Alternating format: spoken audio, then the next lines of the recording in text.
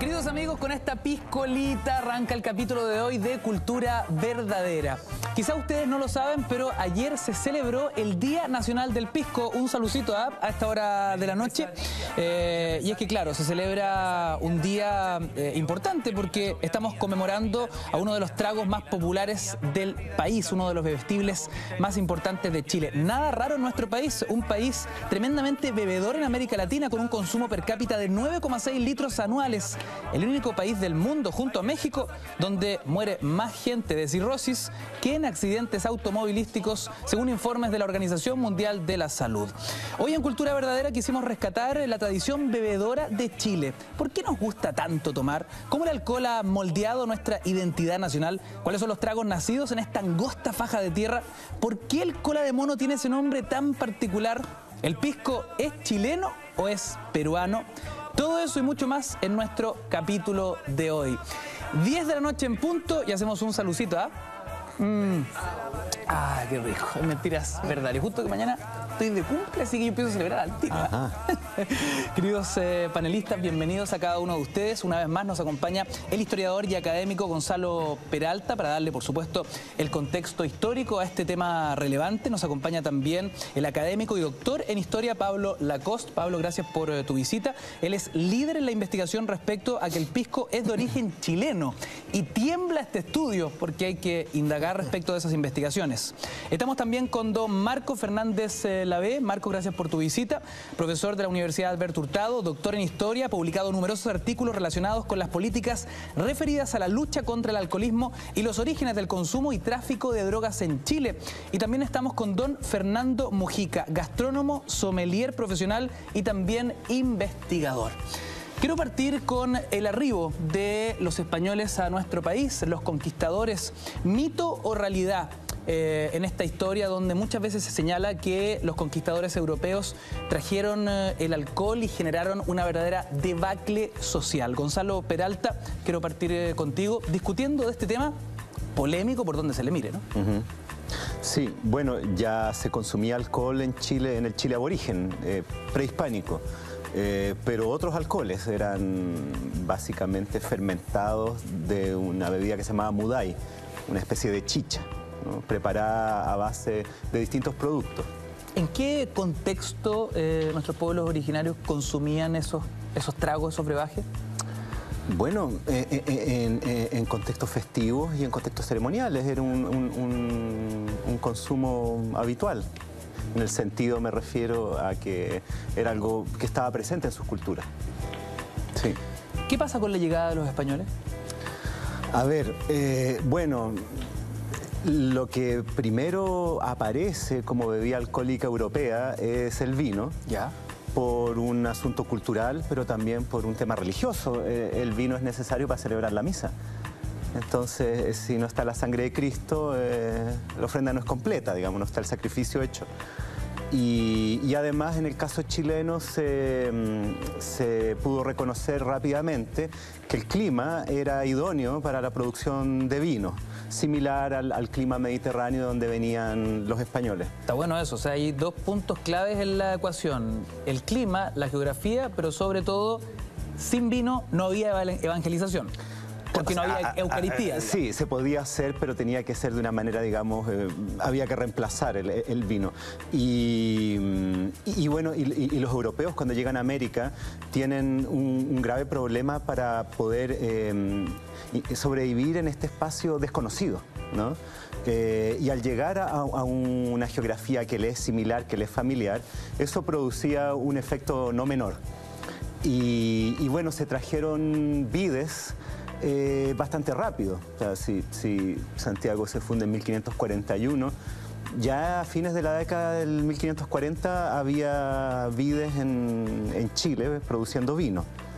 Entonces, ese fue el primer aporte, digamos, de los españoles o de los europeos en Chile en cuanto a bebidas alcohólicas.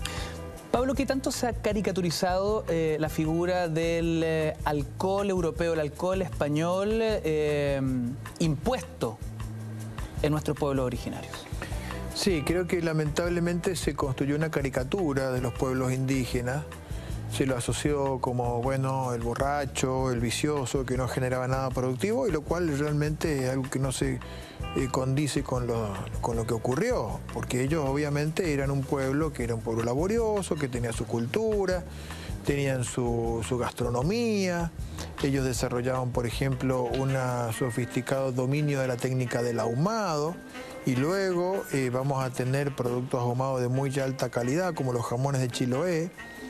Ellos también sabían ahumar los mariscos, trabajaron también con los tejidos, eran capaces de hacer hermosos ponchos, y ya se ha estudiado el circuito y el comercio de los ponchos, los ponchos pehuenches que llegaban a todo el cono sur.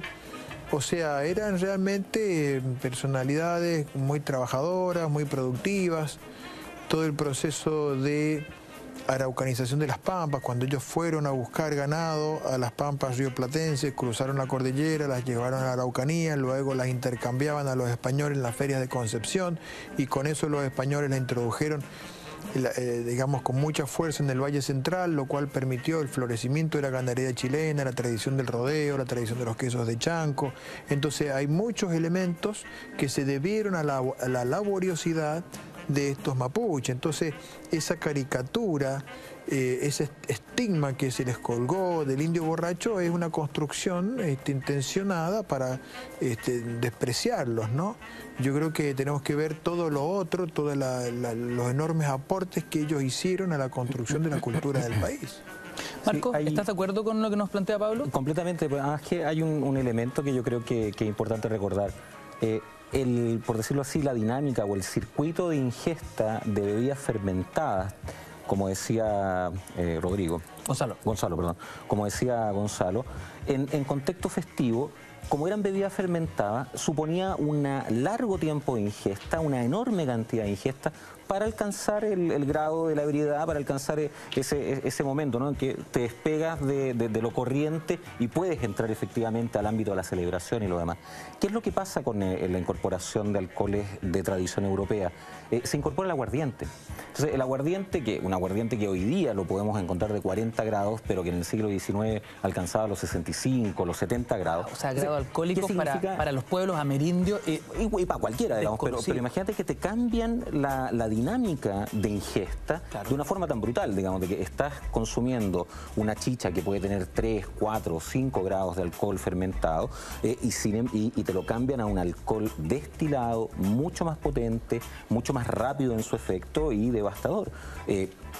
Yo me imagino que vamos hacia allá en la conversación, pero es difícil imaginar todo el concepto de cuestión social si es que no asociamos la figura del obrero, trabajador, pobre, borracho, producto de los alcoholes industriales. Es un problema mayor, ¿no? Hay una lógica de causa y efecto, pero el cambio que supone en las prácticas de ingesta, la incorporación de bebidas alcohólicas con alta graduación, es realmente fatal, ¿no? Es tremendamente disruptivo de las prácticas tradicionales de ingesta de los pueblos aborígenes. En la práctica, ¿cómo afectó socialmente este consumo de infinitos más grados alcohólicos en las celebraciones, en el día a día, ¿no? Hay distintas interpretaciones. ¿Qué empezó a pasar con nuestros pueblos originarios? Hay distintas interpretaciones. Hay gente que ha insistido en que el espacio de la borrachera acelerada, de la borrachera, por decirlo así, que termina en inconsciencia, es uno de los gestos de la derrota cultural que supone la conquista, la invasión y la destrucción de buena parte de las condiciones materiales, físicas, de sobrevivencia de los pueblos al sur del Biobío.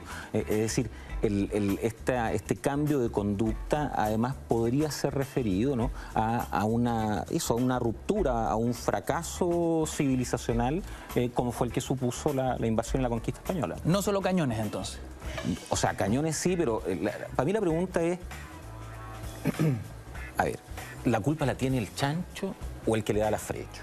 Primero. Y segundo, me parece que es incluso como infantilizante el suponer de que hay una suerte de consumo inconsciente de las bebidas alcohólicas. Cuando tú estás derrotado, hay un espacio ahí de, alguien podría decir, de alienación en torno al alcohol. Yo creo que no, yo creo que incluso puede ser entendido como un espacio de resistencia. ¿Gonzalo? A ver, sí, efectivamente, porque cuando uno revisa documentación o los relatos de los cronistas, en este caso el pueblo mapuche consumía alcohol y consumían, bueno, la manera de trabajar era distinta. ¿Qué pasaba en los parlamentos mapuche, por ejemplo? En los parlamentos de indios. Bueno, es que yo creo que este tema del aguardiente no es menor, porque se podía hacer un consumo de bebidas fermentadas de baja graduación comparado con el aguardiente y digamos, y al mismo tiempo seguir funcionando, ¿no? Se utilizaba para hacer trabajos comunitarios, para hacer trabajos agrícolas y también para reuniones sociales, incluso políticas. Y esto no quería decir de que fuera una manga de borrachos inconscientes que tomaban decisiones que no tenían ninguna racionalidad, sino que era posible en esa instancia ser productivos, ser eficientes, ser lúcidos, ¿no? La llegada del aguardiente cambia eso, ¿no? Es otro nivel. Entonces ya no se puede seguir haciendo esa clase de prácticas con ese nivel de embriaguez. Mira, qué interesante. O sea, aquí estamos coincidiendo en que es el aguardiente el que viene a barrer con todo lo anterior, de cierta forma. No sé si don Fernando Mujica está de acuerdo con lo expuesto acá. En parte sí, el aguardiente fue muy importante en el periodo colonial, principalmente por los transportes. Las grandes rutas inhibían en parte el transporte del vino. El vino se vinagraba, se echaba a perder, se exponía mucho el comerciante. La responsabilidad en ese entonces era del arriero, el que transportaba el vino, por lo tanto la pérdida para él era tremenda. Sin embargo, el aguardiente no corría esos riesgos. Por lo tanto, hubo mayor demanda de aguardiente. Los principales polos de consumo, como es Cerro Rico de Potosí en Bolivia, que fue un gran motivador del aguardiente en todo el norte chico de Chile, en Perú, también en el sur del Perú, que después esto pasó a llamarse pisco. Lo que pedía era aguardiente justamente por eso. Mira. También para mantener a los mineros, ahí entra el tema que lo que pasaba acá con los indígenas de Chile, allá pasaba con el minero de Cerro Rico Potosí. ¿Fue una forma de control social el alcohol, Marco? Mirándolo desde el siglo XIX, no. ¿Por qué? Porque cuando uno dice control social, se imagina que hay una entidad estatal, política, oligárquica en el caso de Chile, es decir, un control de un grupo muy pequeño, con todas las conexiones, con todas las claves culturales para ejercer y reproducir el dominio. Control social no, ¿por qué? Porque en el proyecto de esa élite, el alcohol jugaba un rol muy ambiguo, muy ambivalente. Control social, uno podría imaginar, queremos que todos trabajen las 8 horas que tienen que trabajar y lo hagan tranquilo y se vayan a su casa a dormir. Claramente los hábitos de consumo, desde la élite hasta el último de los inquilinos, eran un consumo festivo, persistente, permanente. No sé, ¿qué más lejos del control social que la imagen del San Lunes? Claro. El San Lunes es una institución que, por favor, que no es un patrimonio nacional. El San Lunes, a la realidad que vayas, en el idioma que quieras, existe la misma figura, que es el San Lunes, que se ha explicado, claro, ¿por qué? Pues si tú trabajas de lunes a sábado 12, 14 horas diarias, te tomas el lunes, te lo tomas en el doble sentido, ¿no? Te tomas el lunes, que no vas a ir a trabajar el lunes porque requieres otro día de descanso, y usas esos días para divertirte a través de la ingesta de alcohol.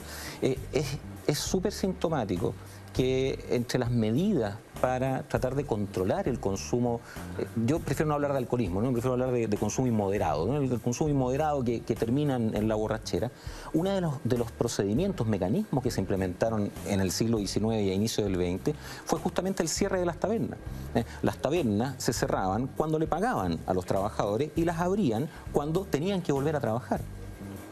Tú mismo te imaginarás que la respuesta inmediata del mercado fue el clandestino. Por supuesto. Y por eso que el clandestino está en el corazón de nuestra cultura etílica, el saber que aunque existan las prohibiciones, siempre va a haber un lugar donde poder conseguir alcohol. Se pone la ley y arranca el mercado negro. Absolutamente. Gonzalo Peralta, me gustaría entender respecto a lo que te preguntaba, ¿no? Los parlamentos mapuche, ¿qué es lo que se discutía? ¿Qué es lo que se negociaba? ¿Cuál era el rol del alcohol en esos encuentros? Bueno, yo creo que los parlamentos de indios ahí son muy interesantes porque muestran que el consumo de alcohol, con además un consumo muy amplio de comidas, ¿no? De animales de todo tipo, de muchos productos durante varios días por un número no menor de participantes, tanto hispano-criollos como indígenas, se convocaba en este espacio festivo, ¿no? Hay estadísticas, ¿no? Hay registros de los parlamentos de indios con el número de barricas o de litros y la verdad es que es gigantesco. O sea, el consumo era... Bien regado. Bien regado y bien comido. Pero a pesar de esta situación festiva que uno podría criticar como un desmadre, ¿no? Claro. O donde uno podría, como tú decías, entrar a calificar al indio borracho, todos estos estereotipos relacionados con el alcohol. En las clases sociales y en los espacios o los grupos étnicos que tú quieras, en este espacio en particular permitía hacer negociaciones político-diplomáticas efectivas y que funcionaban. Se negociaba, por ejemplo, bueno, las relaciones entre la Capitanía General de Chile y la Nación Mapuche, relaciones comerciales, económicas, militares, intercambio de cautivos, tratados donde se consideraba a la nación mapuche como otra nación porque eran tratados internacionales. Claro. Y eso era eficiente y de hecho cuando empiezan a funcionar los parlamentos de indios, la guerra de Arauco empieza paulatinamente a bajar en intensidad. No digamos que una es causa de la otra, pero es parte de un proceso en el cual la guerra va bajando intensidad, se empiezan a establecer lo que se llamó relaciones fronterizas y se negoció a través de los parlamentos de indios. Y los parlamentos de indios eran además un espacio festivo. Entonces yo encuentro muy interesante que Chile, ¿no? El mundo hispano-criollo, mestizo, y el mundo mapuche se encuentre en una negociación política y diplomática en el espacio festivo del alcohol y la comida. Mira, ¿cuál lubricante social se llegaban a efectivos acuerdos? Claro. Interesante. Según las investigaciones que has llevado a cabo, Pablo, ¿qué te parece lo que estamos discutiendo acá? Yo creo que hay que entender lo valioso que fueron esos parlamentos de indios, porque permitieron la convivencia pacífica en la frontera. Dos mundos, dos realidades distintas que cambiaron su manera de ver al otro. Acuérdense que los españoles, cuando llegaron acá, llegaron el mismo año que terminaron la guerra de 700 años con el mundo árabe, ¿no? Contra los moros, el mismo 1492, ese mismo año, termina la guerra de los españoles contra los árabes y con los musulmanes y empiezan la conquista de América y siguen con la misma lógica, voy a destruir al otro. Pero acá se genera algo muy original. La clase dirigente de Chile inventa este proceso que son los parlamentos de indios, vamos a construir la paz. Y se arma en el cono sur de América, de los dos lados de la cordillera, desde el gobierno de Buenos Aires y el gobierno de Santiago, estos tratados internacionales, que son los parlamentos de indios, donde incluso se reconocían a los caciques de los principales butalmapos de las naciones indígenas, mandar embajadores a Buenos Aires y a Santiago para estar ahí cerca del gobernador, atender las necesidades de los indígenas residentes dentro del territorio hispano-criollo. Se prohibía a los españoles cruzar por el territorio indígena libre sin pedir permiso. Entonces pasó una cosa muy graciosa, porque el obispo de Concepción decidió ir por tierra a Valdivia. Y entonces yo voy a ir. No pide permiso, nada. Entonces fue con su séquito y bueno, lo agarraron y le robaron todo. Entonces él fue después, enojadísimo, a patearle la puerta al despacho a don Ambrosio Higgins y dice, pero ¿cómo puede ser? Pero escúcheme, miren lo que me han hecho, asuma yo que soy el representante de Dios. Entonces don Ambrosio lo mira y le dice, a ver, ¿usted pidió permiso a los caciques de los butalmapus para poder cruzar? No, ¿cómo voy a pedir yo? Imagínese, yo soy la autoridad. no pidió permiso. Entonces, mire, lamentablemente, monseñor, no puedo hacer nada, porque en el territorio indígena libre ellos gobiernan, rigen las leyes de ellos, y nosotros, por los compromisos asumidos en el Parlamento de indios, no podemos hacer nada, tenemos que respetarlo. Así que, lamentablemente, no tengo que darle ninguna respuesta. Mira, qué increíble. Prueba maciza entonces que esos parlamentos de indios sí obtenían resoluciones que se respetaban. Claro, entonces toda esta construcción, la fiesta, la alegría de vivir, uno empieza a encontrarse con el otro, deja sus prejuicios. Esto se construyó justamente con estos vinos chilenos, con aguardientes, con los primeros piscos, con estas comidas, con esta gastronomía. Ese fue el escenario que permitió construir esta convivencia que hizo que estos pueblos durante 300 años pudieran vivir. La matanza vinieron después de la independencia. En esta época del Imperio Español se mantuvo, o sea, la línea de frontera del otro lado de la cordillera llegaba al río Salado, 200 kilómetros al sur de Buenos Aires, y acá llegaba al Biobío, 500 kilómetros al sur de Santiago. De ahí para abajo, o sea, del río Salado en el Atlántico y del Biobío en el Pacífico hacia abajo era territorio indígena libre. Entonces, y se lograron convivir pacíficamente. Entonces, realmente fue una construcción maravillosa lo que hicieron estos parlamentos. Entonces, el vino, el aguardiente, estas comidas, tuvieron un papel de construir convivencia en la diversidad, reconocer al otro. Entonces, bueno, yo creo que la historia de Chile y la historia de Argentina le tienen una deuda grande con estos productos, ¿no? Puestos sobre la mesa. En Cultura Verdadera, queridos amigos, desde hace ya bastante tiempo queremos revisar nuestra historia de Chile desde otros ángulos. Queremos humanizar a nuestros próceres y entender procesos a veces sumamente desconocidos, como por ejemplo el carrete después de la batalla de Chacabuco. Gonzalo Peralta, ¿qué pasó más o menos ahí? Ajá. Si podemos hacer una construcción cinematográfica, si pusiéramos una camarita GoPro ahí en medio de la jarana. Bueno, ahí hay una instancia similar a lo que estamos conversando en cuanto a que se combina la fiesta y la política. Vicente Pérez Rosales, en su famoso libro Recuerdos del Pasado, donde él habla de su vida, cuenta que él cuando niño, en la casa de un pariente, se celebró el triunfo de Chacabuco. Imagínate lo que habrá sido esa fiesta, o sea, 4 años de ocupación española, cruce del ejército de los Andes, ¿cierto? Épico. Épico, imagínate. Luego la gran victoria de Chacabuco, una de las batallas más importantes de la independencia americana, y la celebración de eso. Además, en esa época, en Chile se celebraba el carnaval. Estamos hablando de febrero, y además la autoridad española había prohibido toda celebración para evitar que hubiera algún tumulto, alguna oportunidad en que la población pudiera manifestarse en contra de la corona. Entonces había unas ganas locas por celebrar y se arma esta fiesta. Entonces cuenta Pérez Rosales que la primera medida, digamos, del organizador fue poner en la entrada de la casa una batería de cañones. Ya. Para pegar cañonazos al ritmo de los brindis.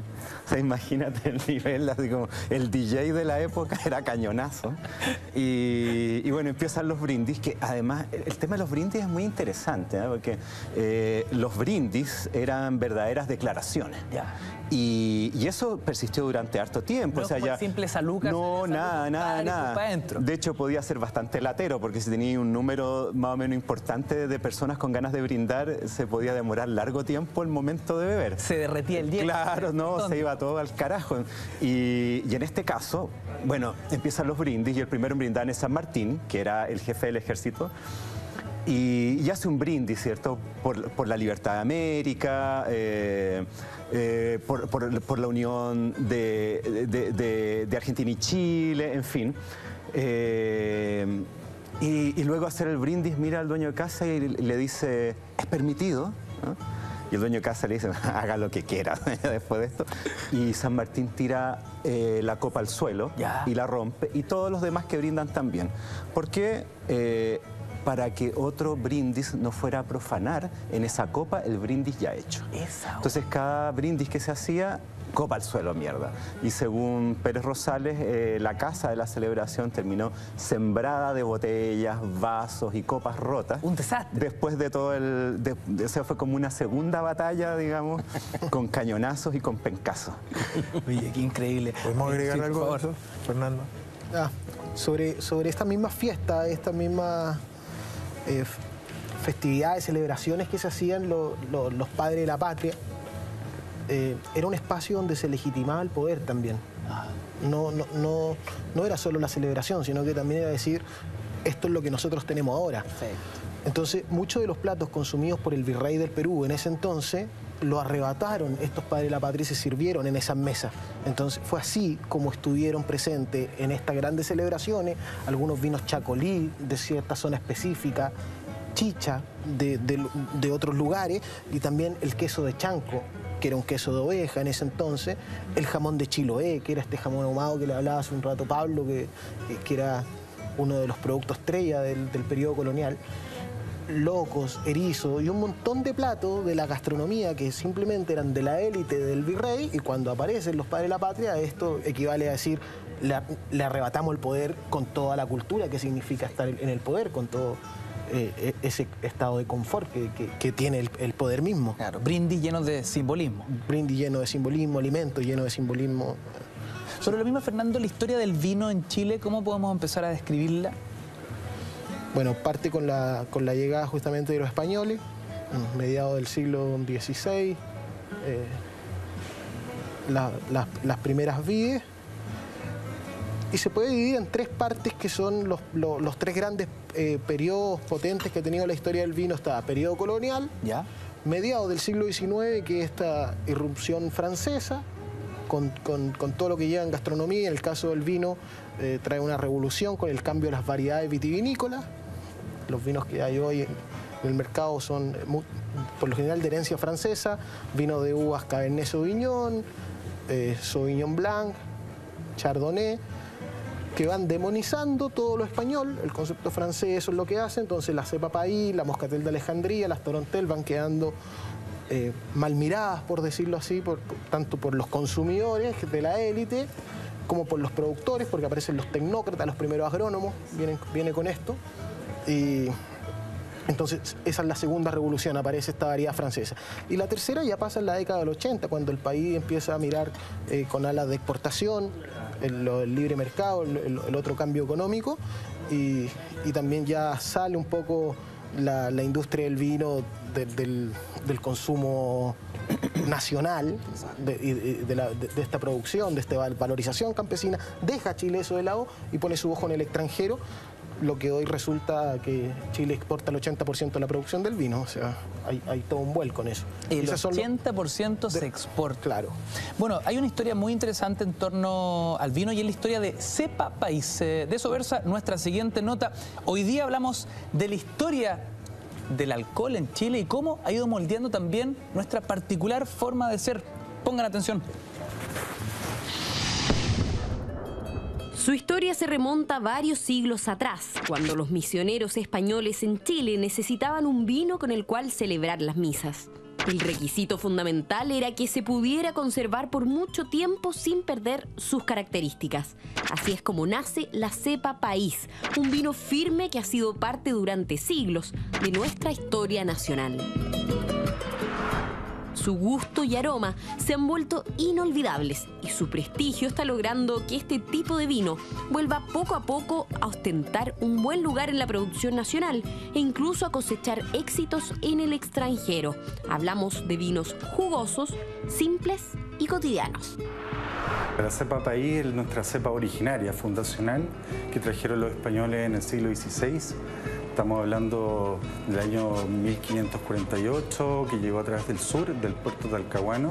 La trajo un jesuita que se llama Francisco Garavante. Y los jesuitas, ¿por qué eligieron la país? Porque es una cepa rústica, así como decimos en Chile, es carne de perro. O sea, una cepa que se adapta muy bien a los lugares, es resistente a la sequía y además da un vino con mucha estructura, los expertos llaman tanino, es muy tánica y eso le permite aguantar en el tiempo mucho más que otro vino de otra cepa más noble o más cuica. Los licores elaborados en base a esta variedad son el vino de mesa, la chicha y el aguardiente, los que durante muchos años fueron tildados de mala calidad, ya que su producción no apuntaba a mercados más exigentes. Pese al carácter patrimonial, siempre ha sido mirada en menos. Por lo mismo, usualmente pagan por ellas. Precios que, con el ingreso de más variedades y cambios en el manejo de las viñas, han venido cayendo. Esto ha obligado a muchos productores a arrancar las parras para cultivar otro producto que les resulte más rentable. El precio de la uva país, es realmente insólito, es una vergüenza. Se paga 60, 80 pesos por el kilo de uva, con eso los campesinos no alcanzan a cubrir los costos. Entonces tenemos un verdadero museo viviente en el sur de Chile, que llegan periodistas extranjeros y quedan boquiabiertos, maravillados. Entonces para mí es una vergüenza realmente que no sepamos cuidar y apreciar y proyectar ese verdadero tesoro que tenemos. Por su rusticidad, esta uva tiene además otras ventajas, especialmente si consideramos los vaivenes del clima y nuestra constante incertidumbre respecto a las lluvias. Esta uva no requiere irrigación porque tiene raíces muy profundas, solo se alimenta de lo que le entrega la naturaleza. Este es un vino que le ha cambiado la cara al país en los últimos años, es un producto súper innovador, es el primer espumante de país que se hizo en Chile hace años atrás. Mira, quiero que te fijes en lo que se puede hacer con la cepa país. Este es un viñedo que tiene más de 200 años de antigüedad, en un lugar precioso, al lado del río Maule, donde corre el ramal. Es un país hecho en antiguo, igual como se hacía hace 400, 500 años atrás. Este vino país en tinaja, no te asustes por el color. El color del país es así, no es un color muy profundo, no muy brillante. Por eso se trajo la cepa Cariñán para mezclarla con el país después del terremoto del año 39. Pero la gracia de este vino está en la nariz. Son aromas como muy característicos, muy silvestres, muy agrestes. Siente mucha fruta roja, frutilla, frambuesa, guinda cuando estaba un poco más maduro y muchas flores. Pero lo mejor de todo está en la boca.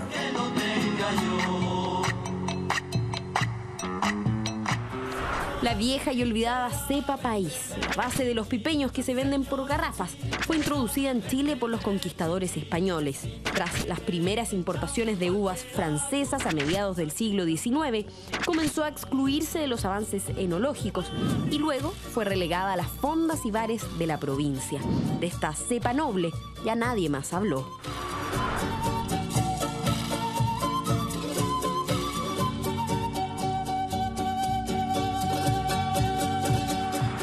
En el Valle de Cotpa, a unos 110 kilómetros al sur de Arica, nació un vino artesanal que respeta una receta de más de 400 años. Nos referimos al Pintatán, el llamado vino rey del desierto chileno. Son algunos viñedos que han descubierto recientemente que aún subsisten en el norte, principalmente en la región de Parinacota, súper al norte, y hacen este vino bien interesante, un vino dulce, que es muy atractivo y que refleja una tradición centenaria. Durante muchos años las hectáreas de cepa país estuvieron abandonadas. Mucha responsabilidad en eso tenían sus bajos precios en el mercado, pero en la actualidad está siendo objeto de una revalorización. Una mirada a nuestras tradiciones que trata de cobrar justicia y poner en primer plano a la más chilena de las cepas tintas. Queridos amigos, la historia del buen bebedor chileno. Hoy hablamos de cómo el alcohol y los más diversos tragos también han ido moldeando nuestra historia y nuestra idiosincrasia.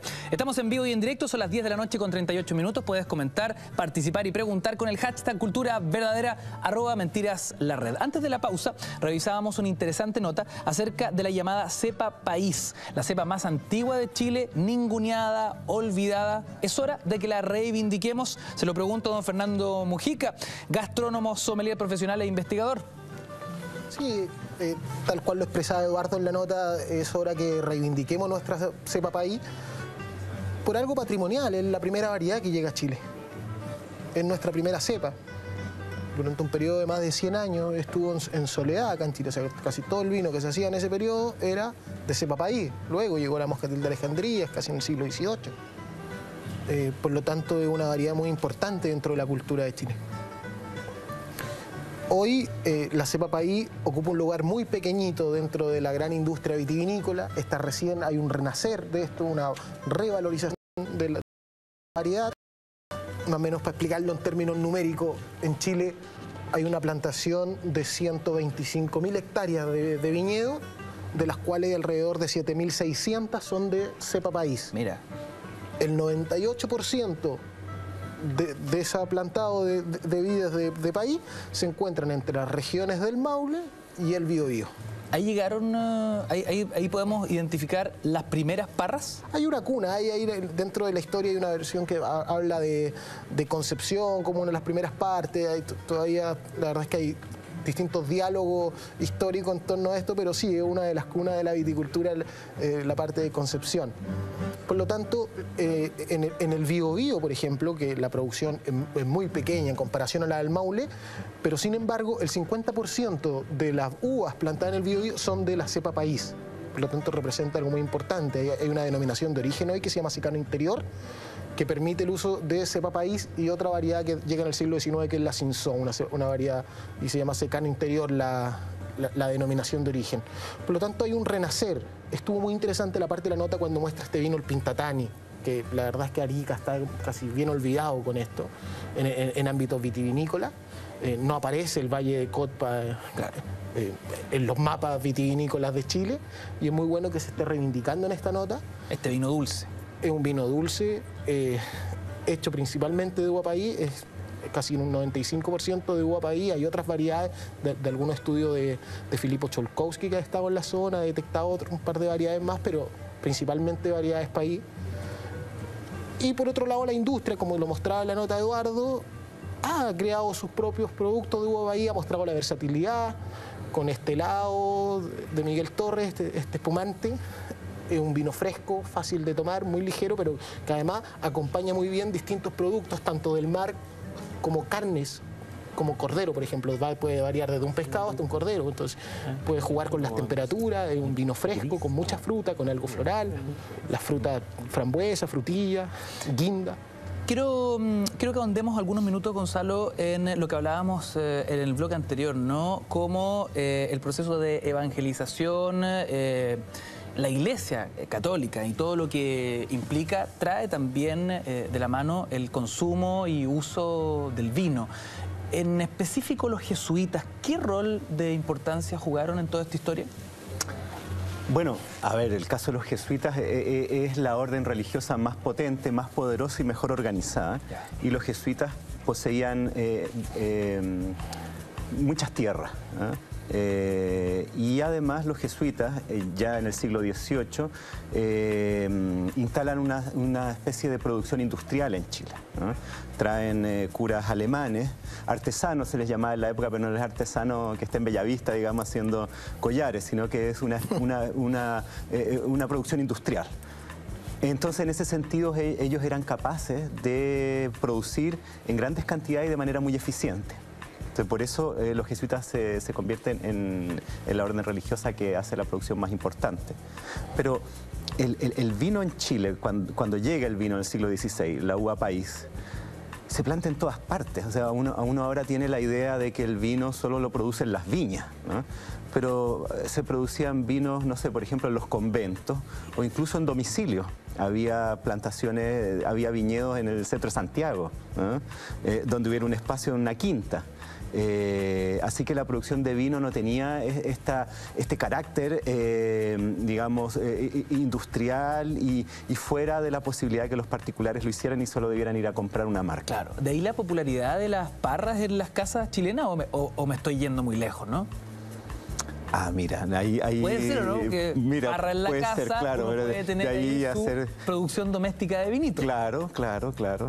Una especie todo parte con esa parra. Claro, homegrown. Exacto. Y claro. Bueno, interesante lo que estamos... Sí, por favor, Fernando. Te quería agregar, claro, que lamentablemente después esta variedad fue demonizada en el siglo XIX por los cambios de paradigma francés que se vieron después reflejados incluso en las celebraciones gubernamentales del 19. Pablo incluso puede ver un poco más ese tema, donde te va a aclarar lo de las parras en las casas y eso. Sí, miren, lo principal es saber que todo el pueblo tenía plantas de vid en su casa, todo el mundo. La cultura del vino estaba totalmente metida en el corazón del pueblo chileno. Esto es central. Predominantemente uva país, a comienzos del siglo XVIII, como dijo recién Fernando, llega la Moscatel de Alejandría, comienzan a convivir y de la cruza de esas dos variedades nacen todas las otras variedades criollas. La Moscatel de Alejandría, la Moscatel de Austria, la Pedro Jiménez, los Torontel, Moscatel Amarillo, todo lo demás nacen de ahí. Eso permite el nacimiento del primer vino escogido de América, que es el pajarete. El pajarete. El pajarete, de los vinos que existen hoy, el más antiguo, como vino escogido, es el pajarete chileno, que es del norte de Chile, principalmente en la zona del Huasco. Un vino de muy alta calidad, con mucho valor agregado, una creación original que ellos hicieron, que lamentablemente hoy sigue existiendo, es una cosa casi milagrosa. Pero a veces hay que irse hasta Alto del Carmen o al Huasco para poder comprarlo, porque claro, son artesanos, son productos pequeñitos que no tienen toda la industria desarrollada atrás. Entonces, así como el vino de Pintatán y Cotpa, son estos tesoros de la gastronomía nacional que están ahí. La uva país, el parrón, y esto también es importante entenderlo, cómo esta cultura hispano-criolla se adaptó a las condiciones semiáridas del Reino de Chile. Uno dice, bueno, pero ¿por qué si uno circula por el Valle Central, ve estas casonas con tantos corredores, con los muros tan anchos, como si fueran fortalezas? ¿Qué es lo que están protegiendo? ¿Qué es lo que están cuidando? Bueno, lo que esas casonas cuidaban era ese patio interior que estaba con sus jazmines, con sus naranjos, su limonero, con su parrón, con sus lavandas, circulaba un poquito de agua, el parrón le daba un poco de frescura, se generaba un microclima para sobrellevar mejor las condiciones de vida en una zona árida con 40 grados de calor en el verano. Entonces, toda esta red de corredores, muros anchos, lo que protegían ese era microclima, ese era el tesoro. O sea, calidad de vida, era un equilibrio dinámico con una concepción ecológica muy sofisticada y muy avanzada que habían creado. Lo que pasa es que a mediados del siglo XIX viene el paradigma francés y el paradigma francés arrasa con todo lo que se había hecho antes. ¿Por qué desprecia? Porque lo que la llevaba, la moda era copiar Londres, Francia, en la ropa, en los muebles de la casa, en los vinos y también en los patios y jardines. Entonces, se arrasó con el patio español para sustituirlo por grandes alfombras verdes como en Londres. Entonces uno dice, pero a ver, ¿por qué en Londres llueve todo el tiempo, hace frío, está bien que tengan esta jardinería de grandes alfombras verdes? Pero acá es ridículo que tenemos 40 grados de calor, que llueven 200 milímetros al año, que no tenemos agua, que no hay forma, pero bueno, nos impusimos estúpidamente los latinoamericanos, compramos el discurso que nos impusieron desde Europa. Entonces destruimos estos hermosos patios tradicionales con el parrón para sustituirlos por el jardín verde, el antejardín verde. El Estado lo avaló, entonces todas las casas tienen que tener un antejardín adelante al estilo inglés, decían las normativas en Santiago. Esto es lo que fuimos perdiendo los uva país, los mascateles de Alejandría, abandonamos el pajarete, abandonamos el vino asoleado de Cauquenes y Concepción, que era otro vino exquisito, típico. Fuimos perdiendo toda esta cultura, la gastronomía, para copiar lo que hacían ellos. Perdimos el queso de chanco, como dijo Fernando, era un queso de oveja curado que se exportaba en el siglo XVIII al Perú, a Buenos Aires, luego a Estados Unidos. Lo dejamos caer porque no, los campesinos no son capaces de hacer algo bueno. Esto lo decía el boletín de la Sociedad Nacional de Agricultura, le puedo traer las páginas, cómo despreciaba lo que hacían los campesinos. Entonces los tecnócratas iban a enseñarles cómo tenían que dejar de lado lo que ellos habían creado y copiar lo que hacían en Europa. estuvo a punto de desaparecer el pisco, es uno de los pocos productos que resistió, pero hubo una corriente que decía, no, usted tiene que vender coñac, entonces ese aguardiente que es pisco, disfrácelo de coñac, póngale una etiqueta que diga coñac, pero escúcheme, coñac es una denominación de origen de Francia, no importa, acá eso era la línea que se bajaba, entonces desaparecieron muchos productos y poquitos lograron resistir. Recién se hablaba del banquete de Chacabuco, el banquete de la Independencia. Pero yo quisiera contar qué es lo que pasó en el banquete del Centenario en 1910. Claro, cómo evolucionamos o involucionamos. Claro, entonces si uno compara, es notable. En Chacabuco, después de la Independencia, para celebrar una patria nueva, se valorizó a los campesinos, se trajo a la mesa del poder todos los productos campesinos, el chacolí, el queso de chanco, el jamón de Chiloé. Pero en 1910 se sacaron todos los productos de los campesinos chilenos para imponer los productos franceses, vinos franceses, comida francesa, incluso los menús escritos en francés. O sea, tuvimos una contaminación identitaria brutal, un problema de imperialismo cultural que nos hizo aborrecer de nuestras propias creaciones. Entonces eso es lo que nosotros de a poco tenemos que empezar a revertir y recuperar todo lo que han creado nuestros campesinos, que son obras maestras. Entonces son más valorizadas, como se decía recién, en el extranjero que acá. Acá todavía nos cuesta sacarnos de encima eso, nos cuesta emocionarnos con estas creaciones. Por ejemplo, el fin de semana, ¿qué es lo que hace un padre de familia normal en Santiago, común y corriente? Lleva a los niños ¿a dónde? Al mall, a consumir. Yo le pregunto, ¿no sería lindo decir, bueno, vamos a ir a Tiltil a probar un queso de cabra hecho por los campesinos, degustar una aceituna de Tiltil, después cruzamos la Dormida, llegamos a Limache, sentir el perfume de un tomate de Limache y mirarle los ojos al campesino que con orgullo lo pueda exhibir? Podemos reconectarnos con estos sabores, con estos gustos, con estos productos, estas obras de creación. Entonces, lo que yo les pido es que empecemos a darnos cuenta quién es el campesino. Es un artista, alguien que tiene capacidad de crear una obra original por la cual trabaja todo el año y luego nos la entrega, nos la ofrece.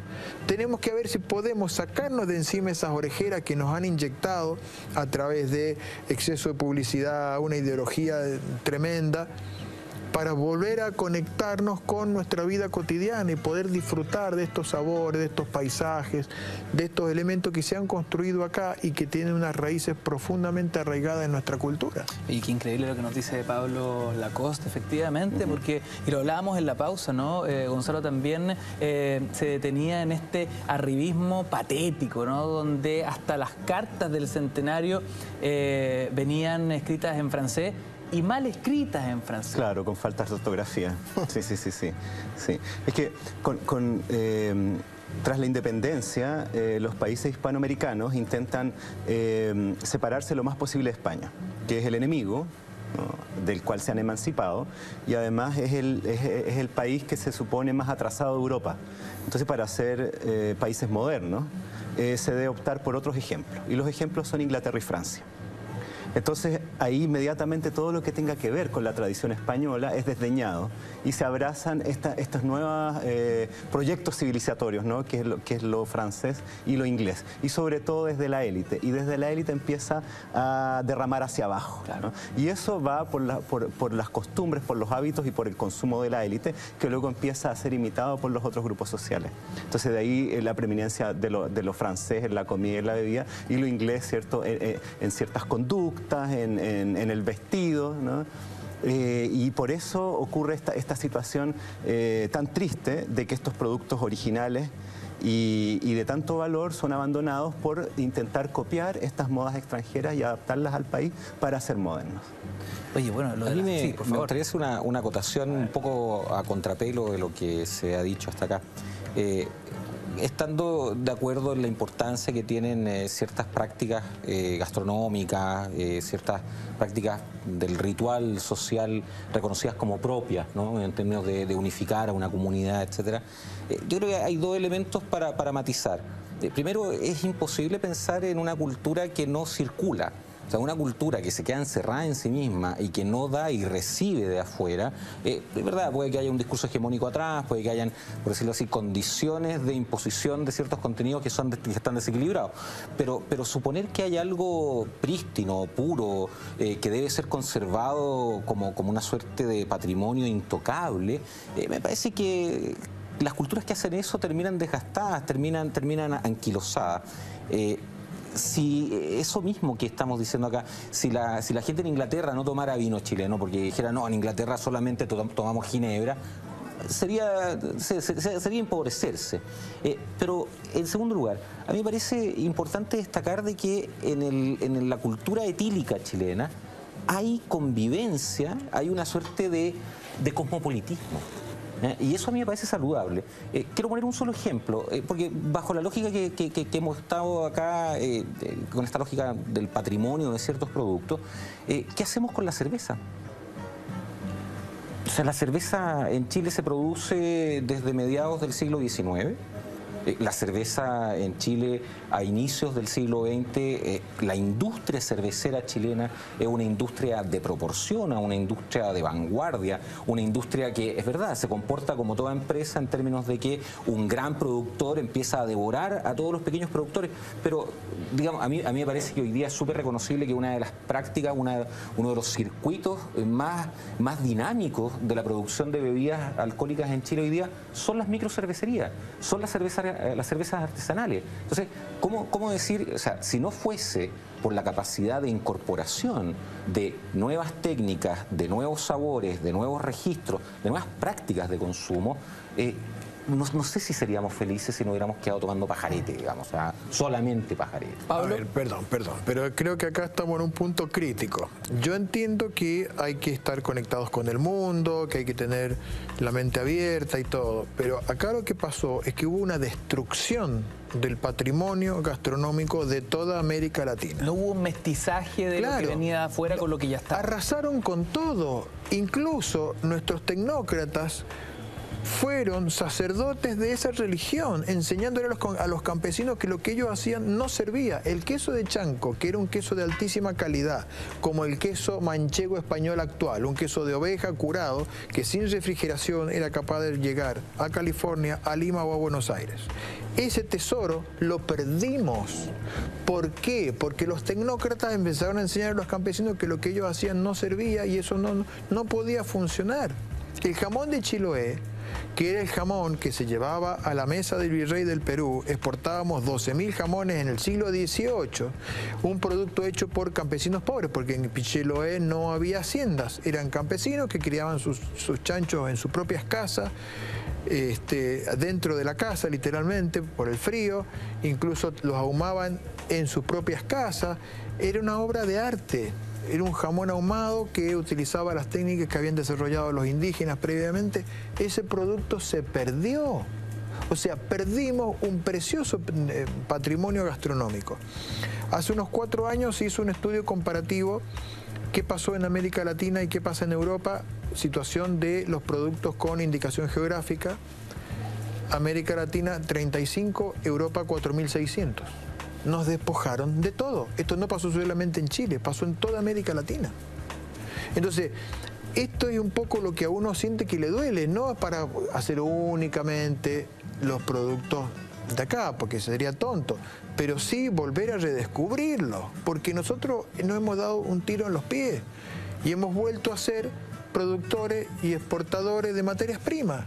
Entonces hay fuerzas que hacen campañas costosísimas para obnubilarlos con esos productos de afuera e impedirnos que logremos añadirle valor a los productos de acá. Pablo, vamos a hacer una breve pausa, pero antes quiero plantear una pregunta, ¿no? ¿Cómo esa cepa Carmener se convirtió en una verdadera bandera local luego de una peste que arrasó con todo en Europa? Queridos amigos, somos Cultura Verdadera, comenten en nuestras redes sociales. Hoy día hablamos de cómo el alcohol también ha sido parte de nuestra idiosincrasia. Vamos y volvemos.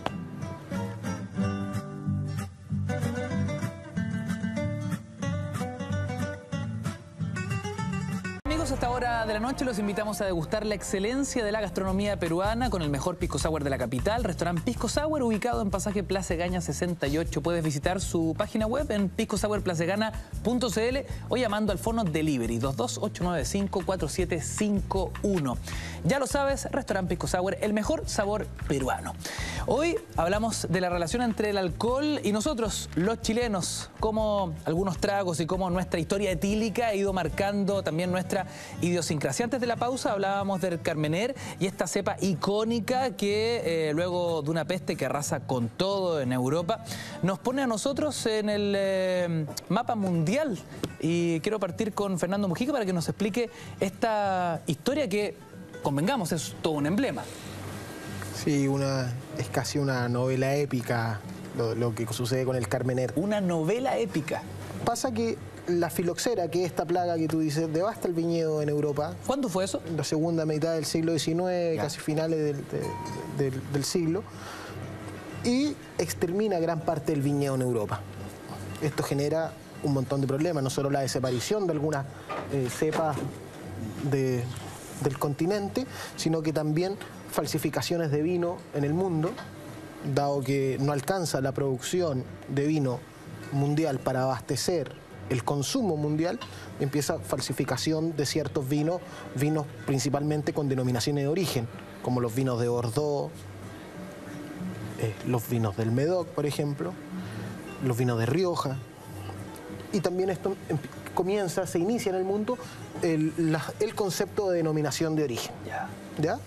Eso por un lado. Por otro lado, a Chile empiezan a llegar un viñedo a mediados del siglo XIX, como lo vimos, y dentro de estos viñedos que llegaron algunas cepas europeas que eran comunes allá y se dieron acá. Durante muchos años pasó que el Carmener, extinto Carmener, estuvo plantado con el Merlot. Estuvieron juntos.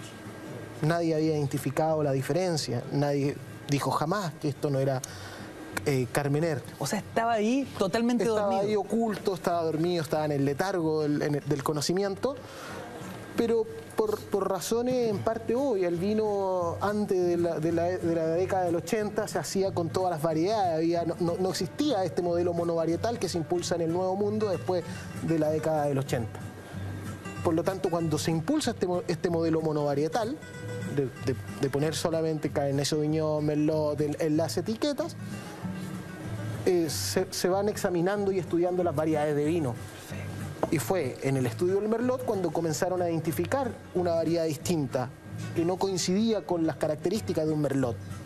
Fue así como en el año 94 se descubre que esta variedad, que era distinta entre medio de la cepa del Merlot, era la extinta variedad Carmener que había desaparecido completamente de Europa. Noticia mundial. Noticia mundial, algo muy importante para la viticultura chilena, o sea, lo que atesorábamos nosotros era parte importante del patrimonio vitivinícola del mundo. Por lo tanto, era un gran tesoro para nosotros. Y de a poco comenzaron las viñas a hacer vinos Carmener, exclusivamente Carmener, y se fueron dando excelentes resultados. Hasta el día de hoy hay vinos premium de la variedad que son increíbles y están en las grandes vitrinas del mundo.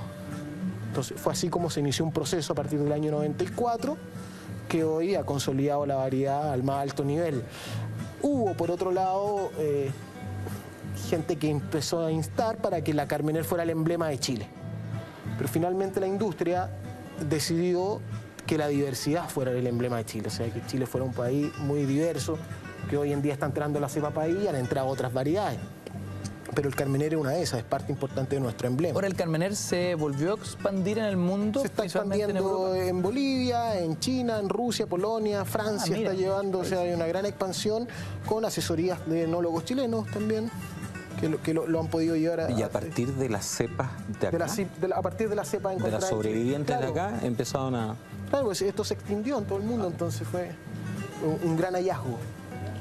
Y ahí hay un agrónomo que es Filippo Cholkowski, que él trabajó y participó de la reinvención del Carmener, que fue uno de los que trabajó ahí en el descubrimiento de esta variedad, que hoy asesora el Carmener en el mundo. Fernando, ¿qué sucede en el siglo XX que Chile termina convertido en lo que conocemos hoy, ¿no? Una potencia mundial de exportadora de vinos, de buenos vinos?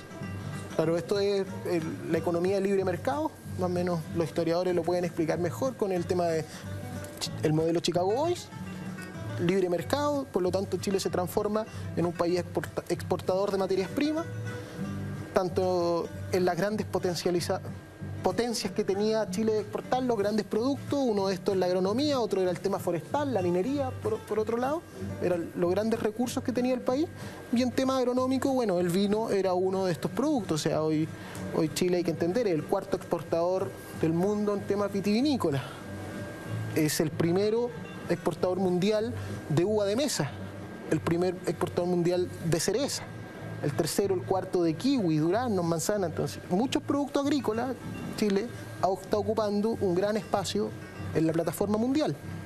Principales consumidores China, Estados Unidos, por lo tanto Brasil en ámbito vitivinícola, o sea, Chile ocupa el 50% del mercado del vino en Brasil. Increíble. Marcos, cuando uno piensa en Chile, piensa en vinos, ¿no? Lo que estamos discutiendo. ¿Eso en qué minuto empieza a suceder?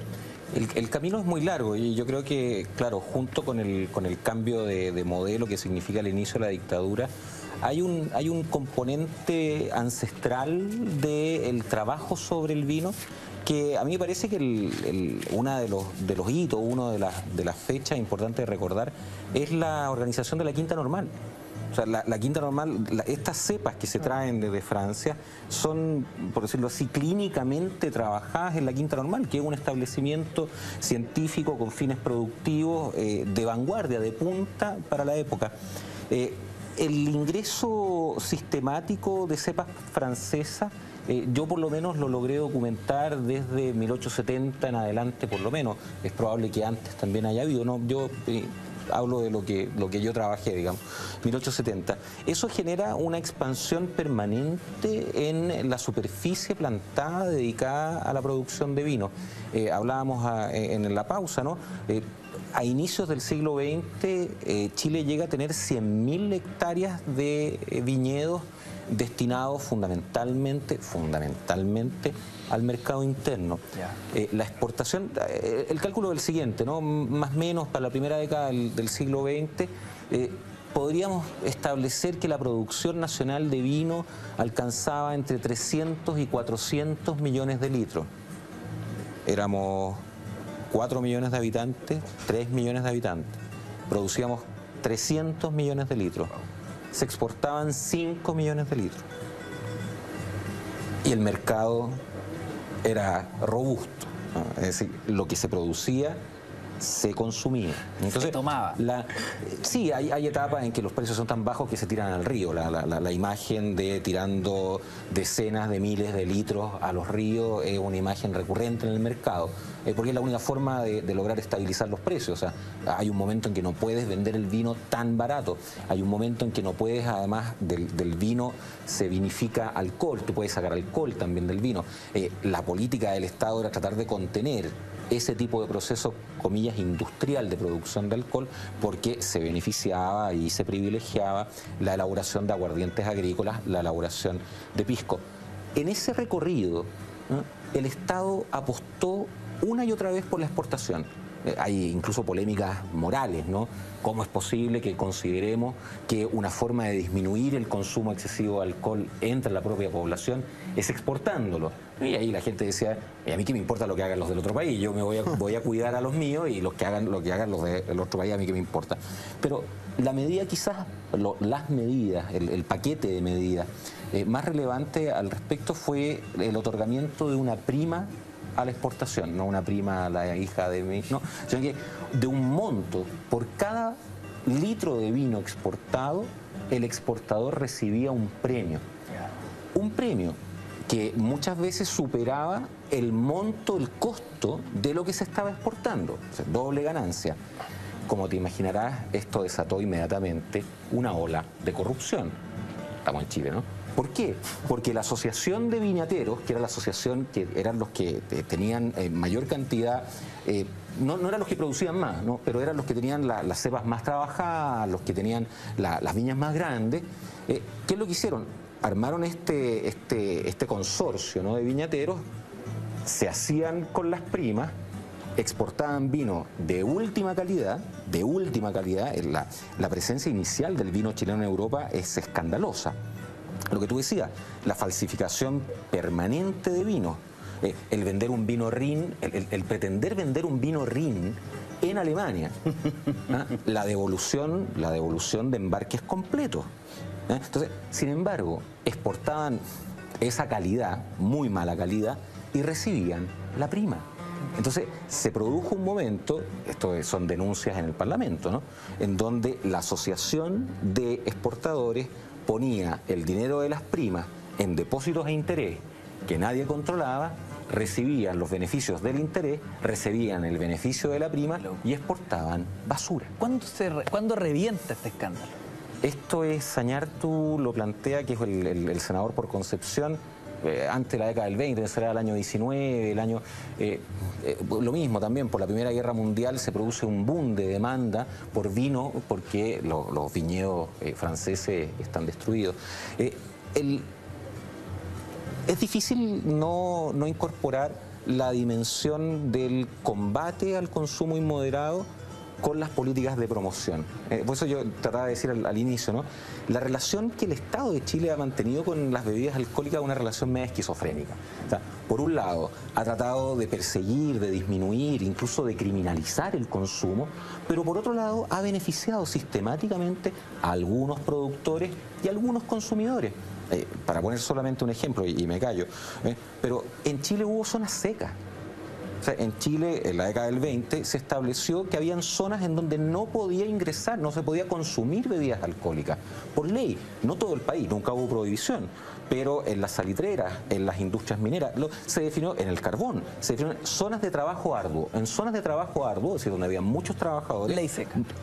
Casi ley seca. Ley seca, prohibición. No, porque inmediatamente se estableció que no se podían tomar bebidas destiladas, pero sí se podían tomar bebidas fermentadas. En un momento los viñateros trataron de impedir que la cerveza entrara a las zonas de temperancia limitada, que no entrara la cerveza, pero que sí entrara el vino. Entonces, finalmente, insisto, hay ahí una relación súper ambigua en qué aspectos de la producción protejo, promuevo, y por otro lado, cómo emprendo el Estado, ¿no? Cómo el Estado emprende ciertas campañas de regulación, de represión, etcétera, etcétera. Queridos amigos, seguimos hablando del vino a esta hora de la noche, pero los invito a que lo pichicateemos un poco. Con harina tostada, con azuquita, la chupilca del diablo. Gonzalo Peralta, historiador, nos cuenta un poquito aquella historia y qué relevancia tuvo en la Guerra del Pacífico. Bueno, la chupilca sin diablo, digamos, es un vino con harina tostada. Perfecto. Esa es la chupilca seca. Claro, el elemento satánico, digamos, entra en... el coleflecha. Claro, en la Guerra del Pacífico se supone como una manera de estimular a los soldados en la batalla con alcohol, pero un alcohol más contundente. Entonces ahí es donde, casi según como un alimento. O sea, más bien como un estimulante, como si fuera una droga, ¿no? Una cosa así. Y ahí es donde parte este mito, ¿no?, de que se le agregaba pólvora, ¿no? Wow. Y que ahí sí que salía un trago bien, digamos, embalador, ¿no? A ver, pero entonces estamos mezclando vino con harina tostada y un poquito de pólvora. Pólvora es lo que se supone que lo hacía diabólico, ¿no? Exacto. Ahí está el diablo. Eso se bate bien y pum para adentro. Y pum para adentro. Y ahí te iba a combatir lo que fuera. Así nomás. Mira, entonces podríamos decir que muchos soldados chilenos fueron pichicateados con la chupilca del diablo al frente. Claro, sí. Pero, perdóname, un dato, por favor. O sea, en ese sentido, la importancia que tiene la anexión de las provincias salitreras después de la guerra del salitre, para el mercado del vino es tan importante. Aquí tengo el dato, me permito, pero justo no está saliendo, pero el libro de bebidas alcohólicas en Chile, para el año 1893, el 78% de todo el comercio interno de vino está dirigido a las provincias salitreras. Estamos hablando del 78% de 10,5 millones de litros. en un solo año. Entonces, la relevancia que tuvo la anexión del salitre para la economía del vino en Chile fue gigantesca, Oye, bueno, hagamos un ejercicio práctico, porque a esta hora de la noche les quiero presentar a Alejandro Ibarra, él es mixólogo del Bar Academy, a ver si trajo su poquita de pólvora para hacernos una chupilca del diablo. Permiso, señor directora, me muevo por acá. ¿Cómo está, caballero? Bienvenido a Mentiras Verdaderas. ¿Con o sin pólvora lo hacemos? ¿Endiablada o chupilcas secas? Vamos a partir por lo principal, ¿ya? Lo que es realmente bien. Oiga, yo nunca pensé que me iba a tomar una chupilca del diablo en este programa, ¿eh? ¿Qué quiere que le diga? Bien, en este caso vamos a hacerlo de una forma bastante rústica, en un recipiente que es casi un frasco, ¿bien? Con una manillita aquí. Perfecto. Y de esta forma vamos a utilizar estos siguientes ingredientes. Si bien lo principal es la harina tostada, claro. Para algunos también es importante el azúcar. Claro. Bien. Porque la verdad, aquí Chile es un país bastante dulce en cuanto a la coctelería. Sí, claro. Y aquí en este caso vamos a agregar un poquito de azúcar a esto para que también lo puedas empezar a tantear un poquito. Ya después, para la próxima, lo pruebas sin azúcar. Me encantó esto. Tomen nota ustedes en casa, porque aquí comienza la chupilca, no del diablo, la chupilca de Mentiras Verdaderas. Por favor, póngalo más, con ganas. Bien, en este caso vamos a agregar 2 cucharadas de harina tostada. Perfecto. Pongamos el otro para que... Ahí, ganosa, me gusta. ¿Cierto? Aquí, la verdad, muchos están con el tema de muy parecido al ulpo. Ya, claro. En este caso. Porque, de hecho, en el campo se tomaba mucho esto en las mañanas. Ya. Porque decía que primero... Desayuno de campeones. Desayuno de campeones, justamente. ¿Qué viene después de la harina tostada? Esto se le agrega un poquito de azúcar. Ah, partimos todo en seco, ya. Sí. Porque de esta forma ya después... Una cucharadita, ¿no? Una cucharadita nada más. ¿Bien? O sea, ahí bastante... Esto toma forma, ¿eh? Sí, justamente. ¿Ya? Y aquí le vamos a agregar el vino. ¿Alguna cepa en especial? Mira, a mí por lo menos me gusta la cepa Carmener. Ya, Carmener para la chupilca. Claro. Bien. Y aquí lo vamos a empezar a revolver. Bien. Qué tremendo. Don Gonzalo Peralta, me voy a sentir como un soldado en la guerra del Pacífico. Estamos haciendo patria, ciudadanos. Que se atrinchera el productor. Exacto.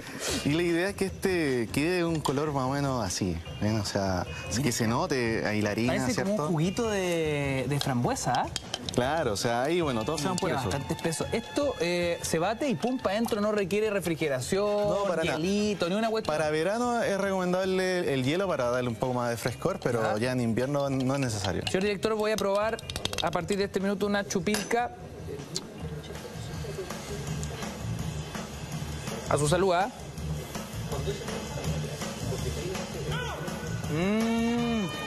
Oiga, ¿qué quiere que le diga?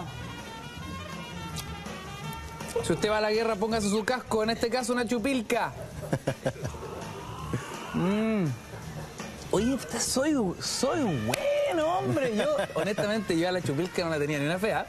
La verdad, si bien es un cóctel que no es tan conocido aquí en Chile en cuanto a lo que es la cultura actual, bien, igual marca una tendencia y marca una cultura antes y un después. O sea, en este caso estamos hablando de una coctelería que realmente es muy del chileno, del roto chileno.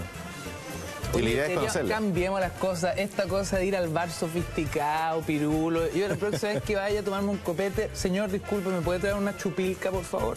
Sería lo ideal. Y si no me la sabe preparar, yo me paro y me voy.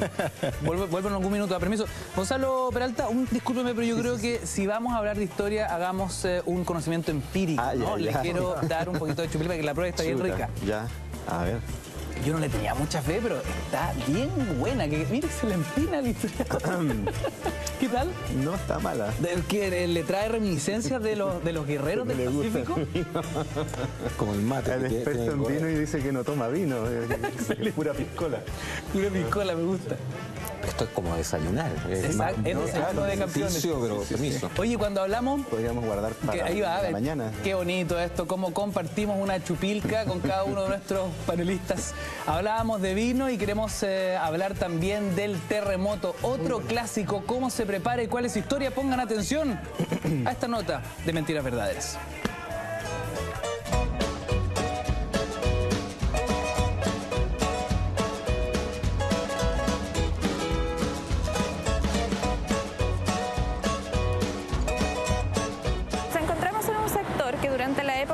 colonia eran los arrabales de Santiago o la periferia santiaguina, y que a propósito de la instalación en 1912 de la estación Mapocho y posteriormente del Mercado Central dan origen a un barrio de carácter comercial para proveer de productos y servicios a personas que vienen del campo.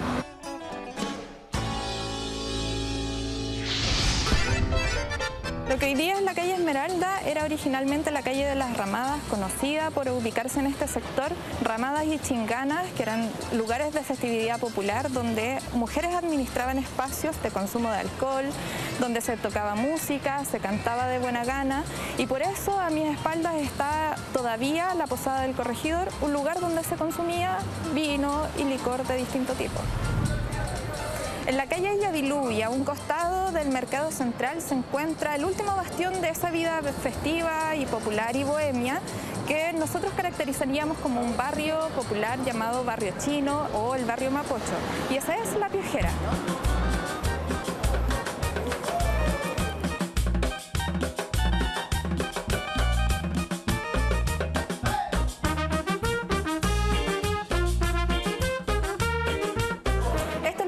Data de 1916, pero existe como bar desde 1896, en una casa de estilo colonial que se caracteriza por su patio central y que ha resistido los embates de la naturaleza propios del Valle Central para recibir a sus parroquianos habitualmente. El niño salió de Misi y se encontró una medallita. El niño salió de Misi y se encontró una medallita. Existe un mito en torno al nombre de este local. Se dice que invitaron al presidente Alessandri y él mencionó: ¿cómo pudieron traerme esta piojera? ¿Verdad o no? Lo cierto es que se le cambió el nombre de Santiago Antiguo a La Piojera para siempre.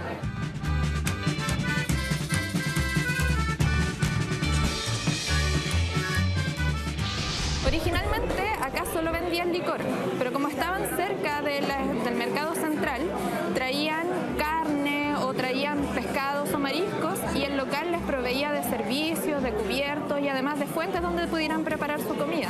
Y además de eso, Oreste Plat, que es un cronista, decía que este lugar era una piojera porque podían estar acá piojentos y piojosos, piojos grandes y piojos chicos.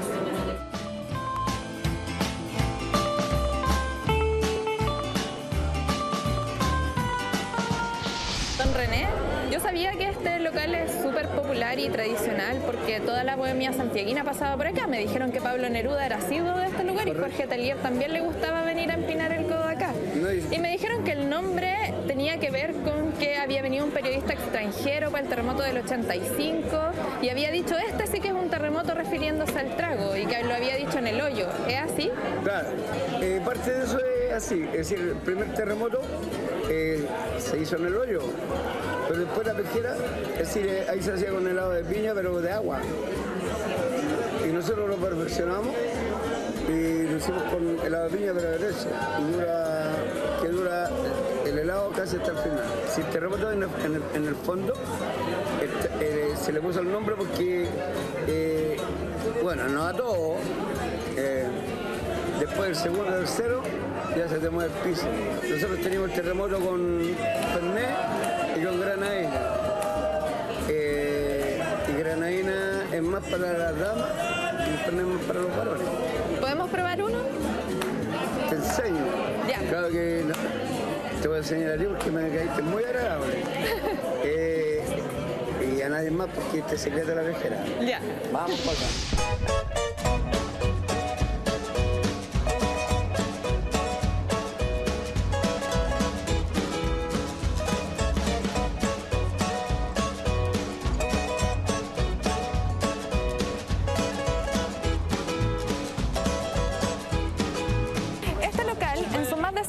Sigue siendo un lugar de convergencia entre distintos grupos y entre distintas clases sociales. Es en la actualidad un polo de atracción para turistas extranjeros e innegablemente es también parte de nuestro patrimonio cultural, social y gastronómico.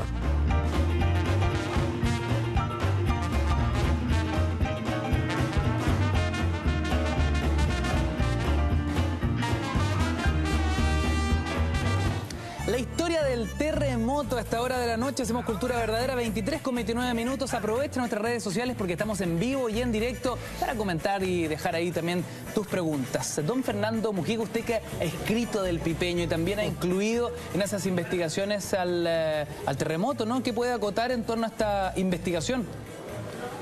Sí, mira, resulta muy interesante porque pone en valor un vino que está casi olvidado. O sea, el terremoto le vino muy bien al Pipeño.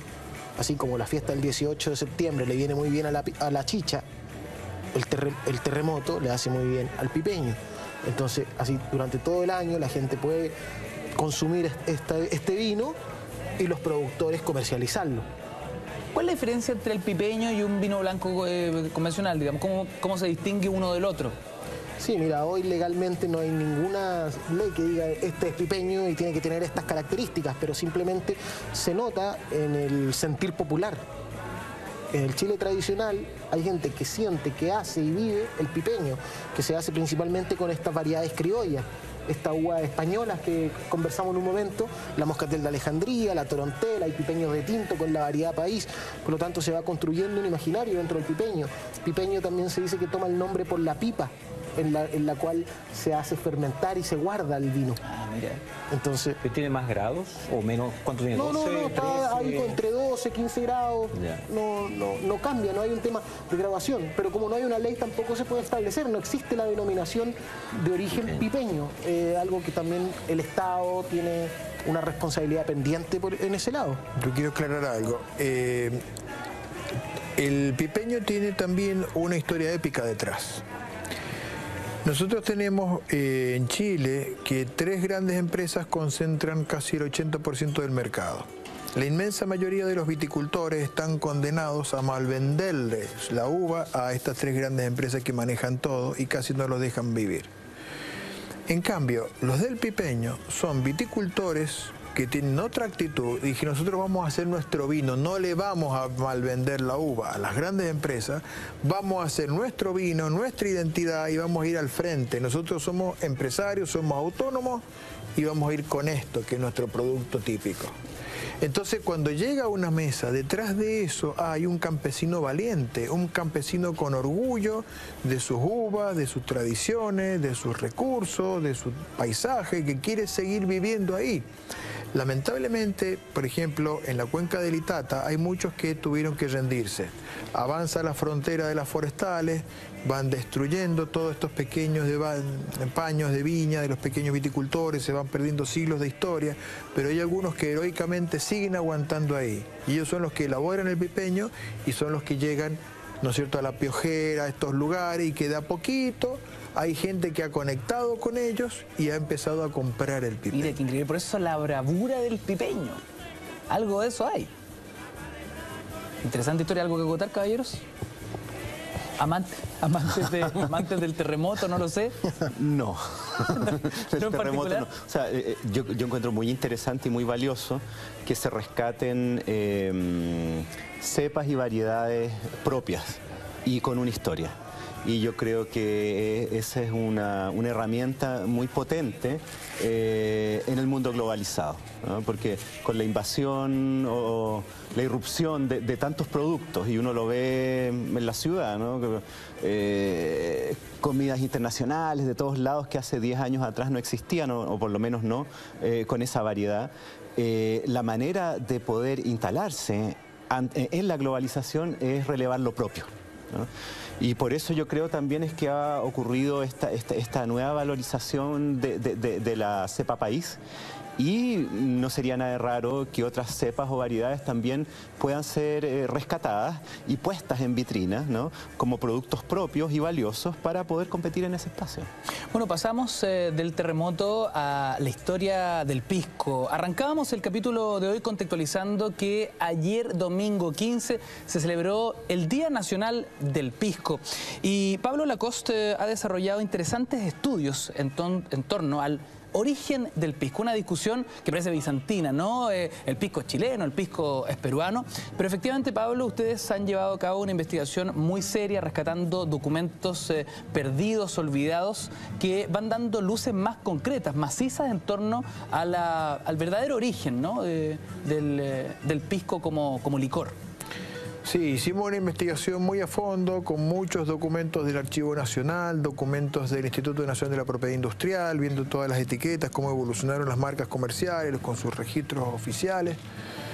Y asombrosamente, porque ningún miembro de este equipo se había imaginado que íbamos a llegar a esta conclusión, descubrimos que el pisco como tal existe en Chile desde comienzos del siglo XVIII, o sea, 100 años antes que en Perú. 100 años antes que Perú. Sí. Y bueno, ¿qué quieren que haga? No se enojen conmigo, no quédense con los campesinos del Valle del Elqui que lo inventaron. En las redes sociales en Perú nos están diciendo de todo menos bonito. Se enojan con nosotros, pero miren, muchachos, ¿qué quieren que hicimos la investigación? Surgió así. Entonces, esto es una historia de piratas. Es lo primero que hay que explicar. Ya.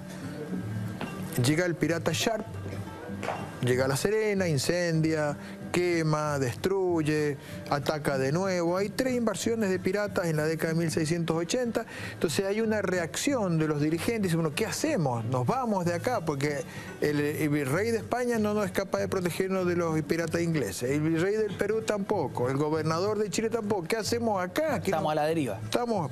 Pero hay algunos que dicen, no, muchachos, no nos rindamos. Vámonos del Valle del Elqui superior, bien arriba en la montaña, y cuando vengan los piratas no nos van a poder quitar las cosas. Entonces acá viene toda una corriente migratoria hacia lo que sería hoy el municipio de Paihuano, ¿no? Paihuano, Tres Cruces, Monte Grande, Pisco Elqui. Y ahí plantan las viñas, levantan las bodegas de adobe, ponen una fábrica de tinajas, ponen los alambiques y surge el principal clúster vitivinícola del norte de Chile, con alambiques. Y ahí, acá hay un tema notable, ¿no? Porque en algún momento tenemos que hacer una película. El héroe de Tongoy, don Pedro Cortés y Mendoza, el hombre que peleó cuerpo a cuerpo con los piratas, él es el que pone en marcha la hacienda La Torre, rodeada de otras haciendas. Todas esas haciendas tenían plantas de viña chiquitas, 2 o 3 hectáreas cada uno, alambiques, bodegas, lagares, y en su hacienda surge el primer pisco. ¿Qué tiene de pisco?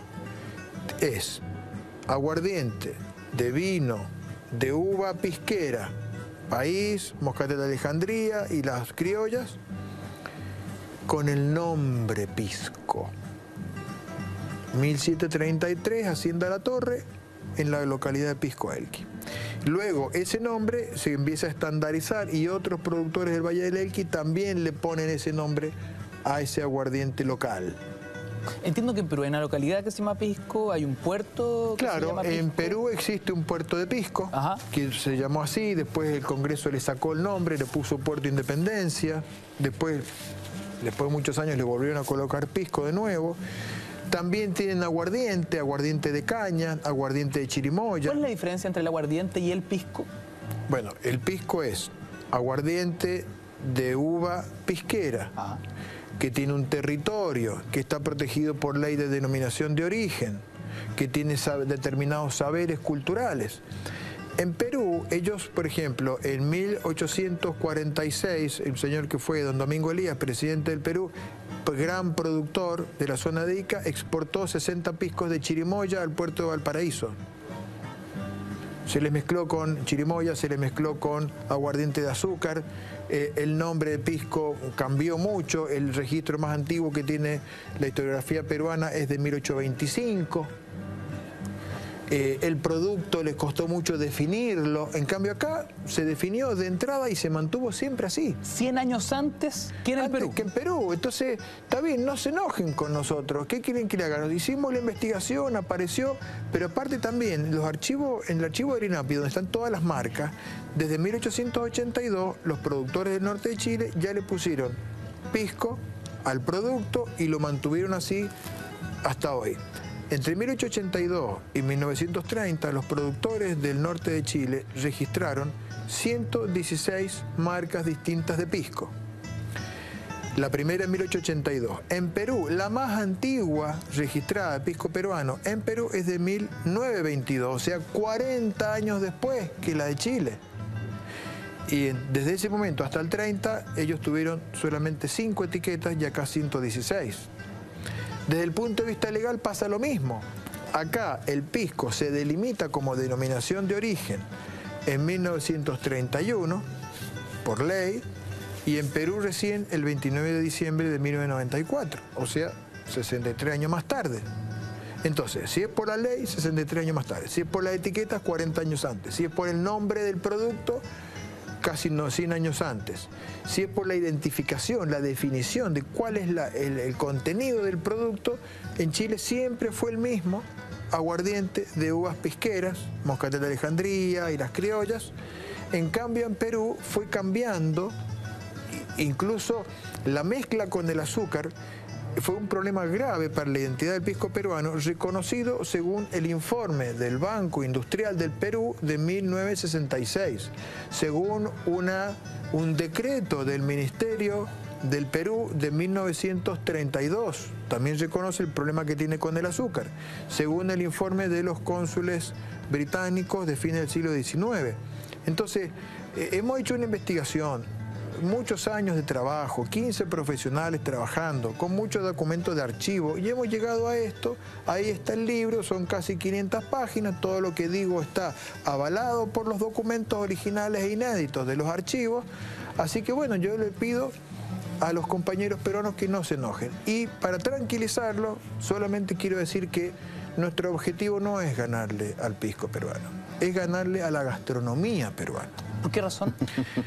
Para desafiar, para llamar a todos los campesinos y a los cocineras y cocineros chilenos, que hay que hacer el esfuerzo, levantar la calidad de la gastronomía chilena, creerse el cuento, ponerse a la altura de la gran gastronomía peruana, que tenemos mucho que aprender de ella, y cuando alcancemos ese nivel, tenemos que hacer la alianza estratégica gastronomía chilena, peruana y mexicana, y ahí sí ir a ganarle a la gastronomía europea, la española, la italiana y la francesa. Y ahí sí dar esa gran batalla. Y Pablo, bueno, según estas investigaciones recalcamos, ¿no? Ustedes tienen certeza absoluta que el pisco es de origen chileno. Y la gran ironía de todo esto, y como lo hablábamos en algún minuto, pero es importante sacarlo a colación ahora, es que el pisco estuvo a punto de desaparecer. Estuvo a punto de desaparecer porque nos estupidizamos, porque no creímos que nuestros campesinos podían hacer algo que valiera la pena, porque nos arrodillamos ante la hegemonía cultural de Francia e Inglaterra, porque dejamos de mirarnos y de reconocernos entre nosotros. ¿Cronológicamente cuándo sucede? Eso pasó entre 1850 y 1960. Ahí recién empezamos a repensar la identidad latinoamericana, las identidades, a darnos cuenta que éramos capaces de hacer cosas que valieran la pena. Fíjense, se cantaba el rock y acá cantábamos en inglés. Fue una cosa notable. O sea, era tal el nivel de dependencia que para poder competir con la música había que cantar en inglés. Entonces, este es el tema, hay que tener confianza en sí mismo, mirarse, redescubrirse, ver toda la enorme cantidad de obras de creación que se pueden hacer acá mismo. ¿Les pedían coñac? Que inventaran un coñac cuchufleteado en vez de hacer un pisco profundamente local. Claro, o Jerez o Oporto, que eran hechos químicamente en fábricas que estaban en los alrededores de Santiago, que fueron sustituyendo y haciendo morir a los vinos genuinos hechos acá, como el Pajarete o el Asoleado de Cauquenes. Entonces, la fábrica, los grandes comerciantes de las grandes ciudades, Santiago de Conce y Valparaíso, fabricaban artificialmente estos productos y le quitaron el mercado a los productos genuinos de los campesinos.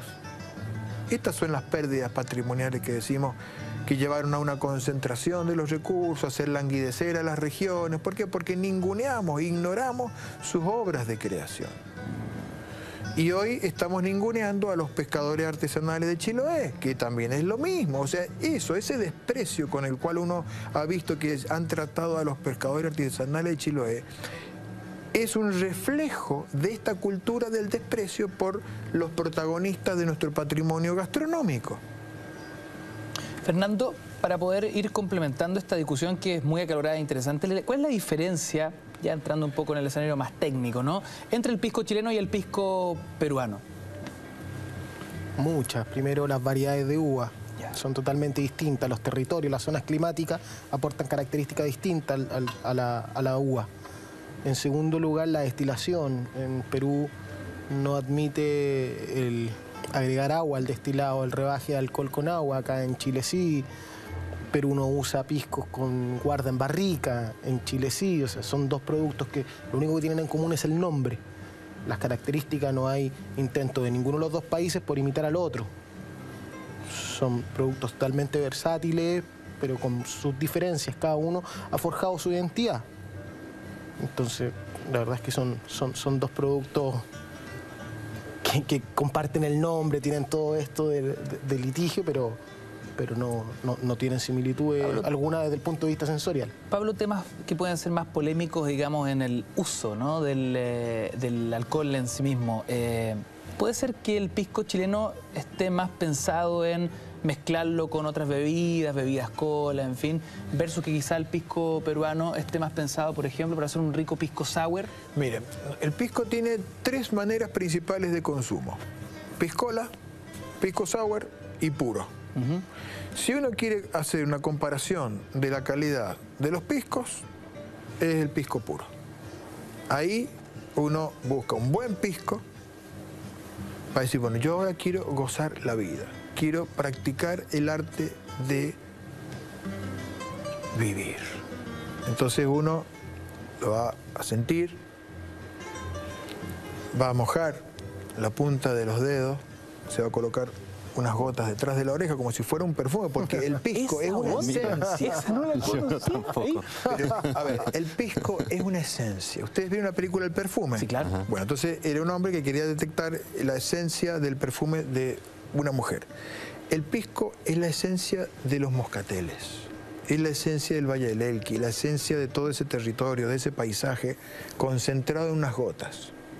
Entonces, ahí yo voy iniciando la aproximación a este producto y con toda su magia, con todo lo que me va a poder a mí evocar. En ese sentido, yo creo que el pisco chileno claramente es mejor que el pisco peruano. En el momento de la verdad, son los piscos puros. Después tenemos el pisco sour, que en el pisco sour muchos dicen que el pisco sour peruano les gusta más. Lo que ocurre es que hay veces hay un problema de preparación, porque en muchos restaurantes peruanos se esmeran y tienen estándares de buena calidad para hacerlo. Pablo, dame un segundo, hacemos un breve alto y a la vuelta volvemos con esta interesante discusión en torno al pisco. Damas y caballeros, esto es Cultura Verdadera, vamos y volvemos.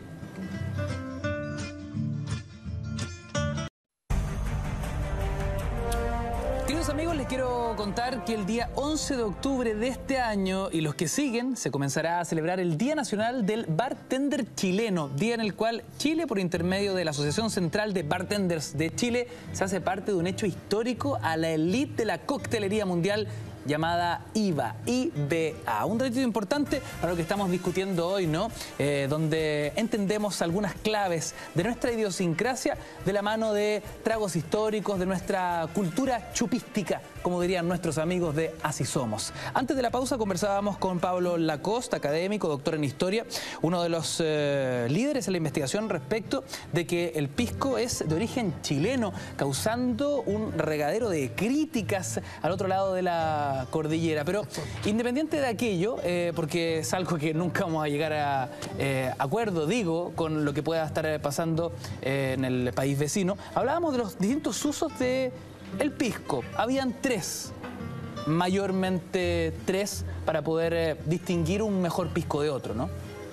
Sí, tenemos piscola, tenemos pisco sour y tenemos el pisco puro. El pisco puro tiene la jerarquía de un coñac francés o de un buen whisky. Se toma una medida muy pequeñita después de comer, ¿no es cierto? Se puede disfrutar de su perfume y un gusto muy especial porque es un producto de mucha calidad, muy elaborado. Después viene el pisco sour. Y el pisco sour es algo que de a poco tenemos que ir mirando culturalmente. No es fast food, es slow food. O sea, es algo que hay que prepararlo con mucho cuidado, con mucha dedicación. Lamentablemente, en muchos restaurantes, en lugar de contratar bartender o contratar sommelier, ponen, digamos, a personas sin capacitación para preparar los pisco sour y no salen bien hechos. Entonces yo quiero llamar a los dueños de restaurantes a invertir un poco más, llamar personal calificado que salgan de la escuela de sommelier, que salgan del DOC, del INACAP o de los lugares de capacitación por el estilo, porque acá hay una ceremonia. O sea, preparar un buen pisco sour tiene que ser parte de una ceremonia, como hacer un buen plato de comida. Hay que dedicarle un poquito más a esto. Entonces, el pisco sour requiere un pisco de determinada calidad. Ya habré que después ver cómo es la técnica correcta. Y después la piscola, que son los piscos más baratos, que se hacen más rápidamente, entonces ahí sí ya no tenemos tanto tipo de restricción. Entonces, el pisco chileno se distingue por la piscola, que más o menos el 85% del pisco que se consume en Chile es de piscola, entonces es un trago de vida social, de fiesta, de carrete, de discoteca. Y el pisco sour es lo que hoy está en gran debate y en gran competencia entre Chile y Perú, porque Perú no tiene ni la tradición de la piscola ni la tradición del pisco puro. Solamente se desarrolla en el campo del pisco sour y ahí está donde está la gran competencia y la gran tensión entre estas dos tradiciones pisqueras de los dos países. Y bueno, esta discusión del pisco podría ser eterna, podría ser tamaño catedral. Pero antes de despedir el capítulo de hoy, me gustaría, Gonzalo Peralta, que pudiésemos contar la historia de otro trago típico, ¿no? El cola de mono. ¿Por qué demonios se llama así? Nos fuimos a diciembre, nos fuimos al año nuevo. Claro. Bueno, hay una anécdota que es la más extendida del origen del nombre, que se supone que el padre de esto fue Pedro Montt, presidente de Chile justo antes del centenario. Entonces, esta anécdota dice que estaba Pedro Montt de visita en la casa de una dama, ¿no? Y lo quisieron retener, porque se iba. Y no, que él se iba, no, quédate, y pide antes de irse que le devuelven su revólver, porque en esa época los caballeros andaban armados, que era un revólver Colt, ¿no? Y para que no se vaya quieren hacerle un trago, ¿no? Como el último trago antes de irse, como el del estribo, y no quedaba, no había mucho, y por ahí descubren una especie de aguardiente y la mezclan con un café con leche y preparan algo rápidamente. Inventan algo. Claro, en el apuro de retenerlo, ¿no? Con los pocos ingredientes que había ahí. Y lo revuelven y lo sirven y queda sabroso, ¿no? Esta cosa media dulzona. Y finalmente el Colt se devuelve tarde en la noche. Y este es el Colt de Montt, ¿no? Y de ahí vendría, se supone, por deformación. Cola de quizás mono. Porque tomaron mucho Colt de Montt por cola de mono, ¿no? Y por eso el nombre del trago. Qué notable. Oye, nos movemos al bar porque estamos con Alejandro Ibarra, el mixólogo que esta noche nos acompaña. Alejandro, de paso. O sea, todo partió como, oye, el Colt de mono, el Colt de mono, el cola de mono. ¿Nos podría preparar un cola de mono? Por supuesto. O un Colt de Montt, como usted prefiera. Bueno, en este caso, si bien este es un brebaje... Esto es como en un matinal, ¿eh? Tiene 2 minutos para hacernos un cola de mono. Claro, aquí la magia de la televisión va a hacer las cosas muy rápido. De hecho, para hacer este brebaje necesitamos café. Ya. Clavos de olor. Perfecto. Canela. Canela. Y, obviamente, azúcar. Qué rica la canela. Perfecto. Bien. O sea, 4 ingredientes clave. De aquí se zanja el asunto. Claro, pero la base es la leche. Ya. Bien. Esto es prácticamente un ponche de leche, bien, que se hace bastante en diciembre, ¿cierto? Con el pan de Pascua, y uno lo disfruta bastante. ¿Qué tipo de leche? Leche entera. Listo. Sí, porque ¿para qué andamos con cosas? Si al fin y al cabo vamos a tomar alcohol, que se combina con aguardiente, que es 50 grados de alcohol también. O sea, estamos hablando de una cosa que tampoco es tan sofisticada. No sea muy hipócrita, digamos. Claro, oiga, ¿me puede dar una cola de mono, pero con leche semidescremada, por favor? Claro.